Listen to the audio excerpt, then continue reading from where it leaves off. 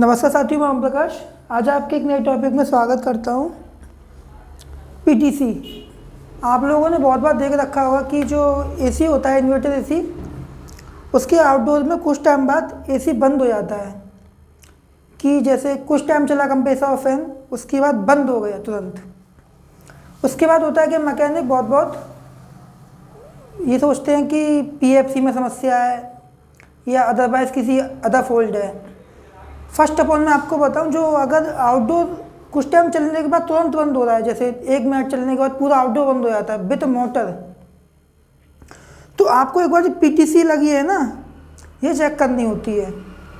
होता क्या है कि जो पीटीसी होती है, लाइन और न्यूट्रल दो सप्लाई जाती है। न्यूट्रल तो डायरेक्ट चला जाता है पीएफसी में ब्रिज रेक्टिफायर तक, ठीक है। पर जो फेस होता है, जो एल होता है, उसमें क्या होता है कि वो पीटीसी के माध्यम से जाता है। जब पीटीसी के माध्यम से जाता है तो जो पीटीसी सप्लाई देती है बाईपास करके, ठीक है, रिले के अंदर से जाती है, पीटीसी सप्लाई बाईपास करती है, ठीक है। जो पीटीसी होती है वो पॉजिटिव टेम्परेचर सेंसर होता है ना, जो मतलब एनटीसी पीटीसी चलते हैं, थर्मिस्टर की फैमिली से होती है पीटीसी।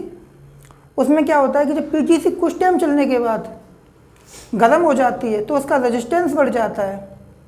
रेजिस्टेंस बढ़ने के बाद जैसे 50 सेकेंड चलने के बाद, 1 मिनट चलने के बाद पीटीसी गर्म हो जाती है तो उसका रेजिस्टेंस बढ़ जाता है। जब रेजिस्टेंस बढ़ जाता है तो पीटीसी बंद कर देती है, सब सप्लाई को बाधित कर देती है, इससे सप्लाई आगे नहीं जाती है, ठीक। उतने समय में जब पीटीसी 1 मिनट का सप्लाई दे देती है, 1 मिनट में सप्लाई यहाँ तक आ जाती है ब्रिज रेक्टिफायर तक, 1 मिनट से बहुत पहले समय में, ये तो मैं बता रहा हूँ।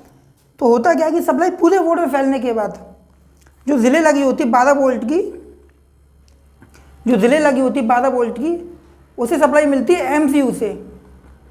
एमसीयू करता बाइपोलर 2 या 3 ऐसी लगी होती है हर बोर्ड में। उसमें क्या होता है, एमसीयू सप्लाई देता है बाइपोलर 2 या 3 को। तो वो क्या करती है, अपनी आउटपुट पिन को ग्राउंड कर देती है। ग्राउंड करने के बाद जो रिले लगी होती है वो रिले ऑन हो जाती है, और रिले को 15 वोल्ट कहीं से भी, यानी आप टेस्ट करोगे लाइन को, एसएमपीएस में मिलते हैं, तो वो आप लाइन टेस्ट करते हो, आपको पता है, जैसे वाइट डायोड लग के मिलता है ना। जब एमसीयू सप्लाई 2 या 3 को बाइपोलर एसी को देता है, बाइपोलर एसी यहाँ से ग्राउंड कर देती है तो तुरंत रिले ऑन हो जाती है। रिले ऑन होने के पश्चात ही पीटीसी का काम खत्म हो जाता है। जो सप्लाई होती है कंप्रेसर की वो रिले के ऊपर से जाती है, क्योंकि जब कंप्रेसर का लोड रिले पे पड़ता है ना तो रिले एडजस्ट करती है।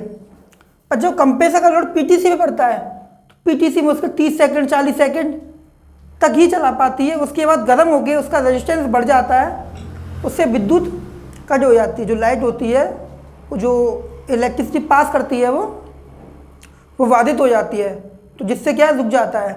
कभी कभी एलजी की जो फ्रिज पीसी, एलजी की पीसी भी आते हैं, CS10 आता है, तरह के आते हैं, तो उसमें क्या होता है, पीटीसी शॉर्ट हो जाता है।